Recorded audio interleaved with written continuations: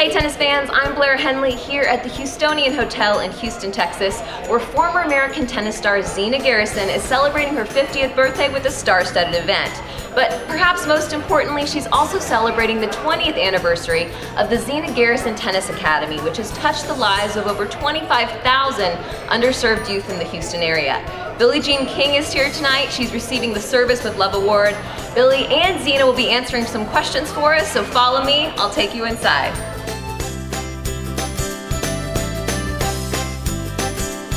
My these are the future. Zina Garrison and Billie Jean King both have transcended the sport, and what a night to celebrate Zina's 50th birthday and what she's doing with the academy and bringing people from all walks of life, to this event. Zina and I, we have had a long-lasting friendship. I remember when Zina was playing, she came and trained with my husband, Bob Kersee, and we just kept that friendship. But she's just a very unique person, and Houston has always been home, and she always wanted to do positive things, and this is just really a combination of all of that. It wasn't one thing that sticks out, but it was just constant. I mean, I always watched her work ethic. I remember one of the first things that we did when I would come up and practice with her was we would run the bayou here in Houston. And during the middle of the summer, that will put some hair on your legs, if you make it through that. And she just did it like it was nothing. And I learned so much from, that day on, kind of watching how she worked and how she approached the game and her craft and being a professional. I always love seeing Billie, and I call her Billie. I mean, that's it. She's Billie to me. I remember first meeting her years and years ago, and she was my Fed Cup captain when I was on the tour, which is the women's event, sort of like Davis Cup. And when you are around her and you get just the nuggets of information and advice and how to compete on court and what to try to think of when you're in these tough situations, she's been through it.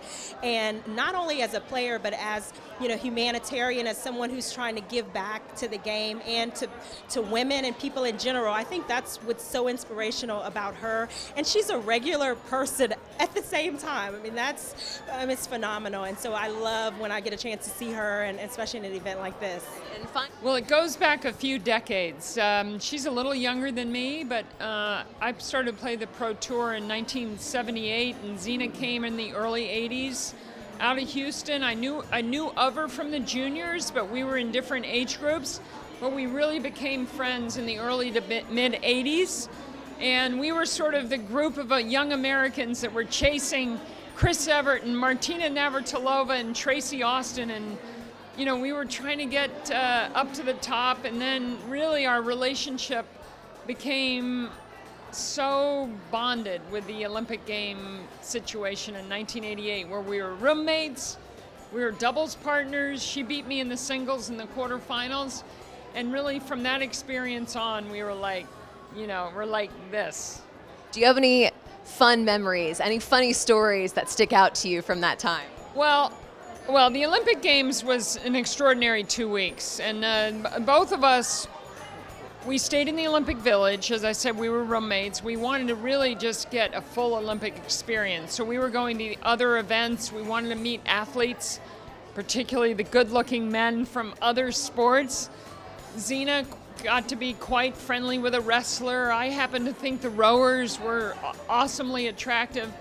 It was the Olympic Games where Greg Louganis hit his head in the back of the board and cracked his head open, which was a big, very controversial situation many actually years later.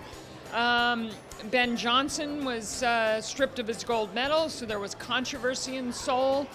The swimming team misbehaved, but Zina and I were perfect model citizens of the Olympic Village, and we came home with a gold medal in women's doubles in the very first year that the Olympic Games were back for tennis.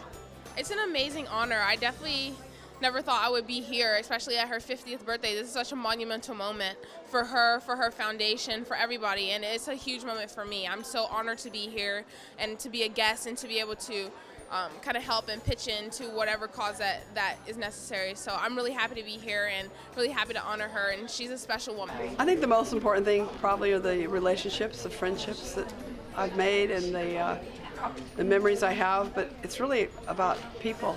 It always gets back to people and the people who played the sport.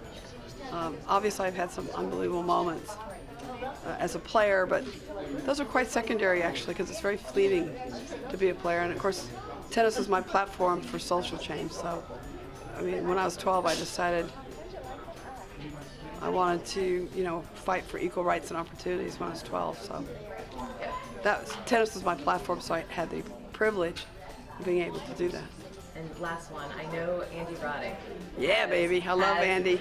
He has a bulldog named Billie Jean. He does. Are you planning on retaliating by naming one of your pets after Andy Roddick? Lana and I don't have a pet because we're always traveling, but we got to meet Billie Jean at his wedding, and actually I'm also on Andy Roddick's board of his foundation, and he owns a minority of team tennis. So he and Venus, they're actually real owners, like meetings and think about things and help us for the future. Because I'm getting up there and I want to make sure we have youth involved in World Team Tennis. It's really important, and we're very fortunate right now. We have Mylan as our major sponsor, and we have Geico, and we have Adecco. We're really in a good position right now to make things happen, and we eventually want to not just be in the United States. Probably want to be in some other parts of the world. Both of you. And it's the same question but about each other. What impact did Zina have on your life, and what impact did Billie have on your life? Yeah, I would go first. She's had a lot of impact on my life, and I was pretty shy when I first met Billie, and Billie's very outspoken, and hey, hi Zina, how are you doing? And I was like, okay, who is this lady? But I knew who she was, but just my personality, I'm just kind of laid back, and as I got to spend time with her, and it really was her heart and the passion that she had, not just for tennis, but for as a person that I was trying to become. Zina took a long time for us to get to know each other. And although she thinks I'm really outgoing, I'm actually shy too. You learn through tennis, at least I learned through tennis, I had to be able to stand up and speak, whether you like it or not. You just have to thank the linesmen and umpires and the ball boys and ball girls. I mean, and that was a terrifying experience as a youngster, but I could tell, Z was so much fun to watch, and I think because one of my first sheroes in my life is Althea Gibson, I thought that Z was also a part of Althea's legacy, as well as everyone's, but just knowing the hardships. And I always worried about Z and the other girls of color, that it must be very difficult for them. They come every day to the courts, and it's all white people, and I'm thinking, this has got to be tough on them. This has got to be really rough on them. Having to adapt all the time to us, and so I just like everybody. I think it's really important for the older players to say hi to the young ones anyway. But Z had a special place in my heart. I could just see that she's like an angel, really. She always gives, and she's very loving, and she was so exciting to watch. She was so quick. I love the way she charged the net. And then I got, over the years, it took a long, long time, I would say, though, to get to know each other. It was a long process, and it was worth. I was very persistent. Every time she never gave up. Every time I see Z coming, I go, okay, here we go. One of the things that we talked about was how important the next generations were to mentor and to give time to. We spent an extraordinary amount of time with Chris, Martina, and the others coming up, because we felt that was very important. And it's amazing how you start sometimes is how you finish. And because we started that way, they still have a huge mentoring program in the WTA. I still do 2 sessions every U.S. Open, and Z's come, and other players have come. Leslie Allen, Martina, Andrea Jaeger have come to these sessions. And they're the young ones coming up, and it's quite fascinating. They do learn about the history. They actually have to take an exam. They don't have to pass or anything, but it's a way of learning, and then they get to know us. And then, but the important thing is trying to get them to. I always ask them, how do you want to shape the future of our sport? And they go, like, huh?